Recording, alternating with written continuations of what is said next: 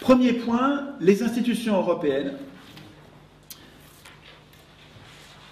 institutionnalisent un chômage de masse en institutionnalisant, et sans le dire évidemment, parce qu'il n'est pas écrit dans les institutions européennes, la Banque Centrale Européenne a comme mission de garantir que le chômage soit au maximum. Hein. Effectivement, on se serait peut-être plus révolté. Non, non, c'est pas comme ça que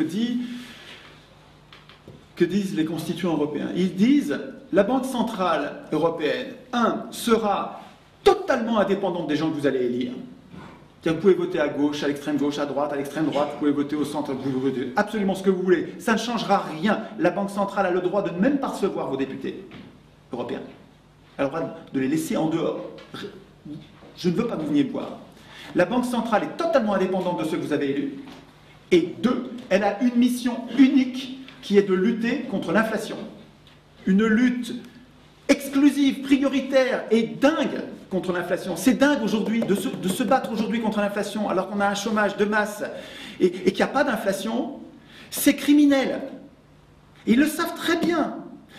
C'est idiot de mettre dans une constitution. C'est idiot de mettre dans une constitution. C'est plus qu'idiot. C'est antisocial de mettre dans une constitution, et même une constitution internationale, c'est même pas une constitution que vous pouvez changer en France, même si nous étions l'unanimité des Français à plus vouloir, il faudrait qu'on sorte de l'Union européenne pour sortir de ce piège-là. Parce que ça dépend plus de nous, ça dépend de 27 pays. 27 pays, je ne sais pas si vous voyez la difficulté de l'éducation populaire qu'il va falloir pour que les 400 millions d'Européens arrivent à comprendre que quand on lutte contre l'inflation, on le paye en chômage de masse. On sait que, empiriquement, quand vous luttez contre l'inflation, vous le payez en chômage. Quand vous luttez contre le chômage, vous le payez en inflation. En gros, quand vous luttez contre le chômage, vous n'avez plus de chômage. Les gens savent que quand ils perdent leur boulot, ils vont en retrouver facilement, il n'y a pas de chômage.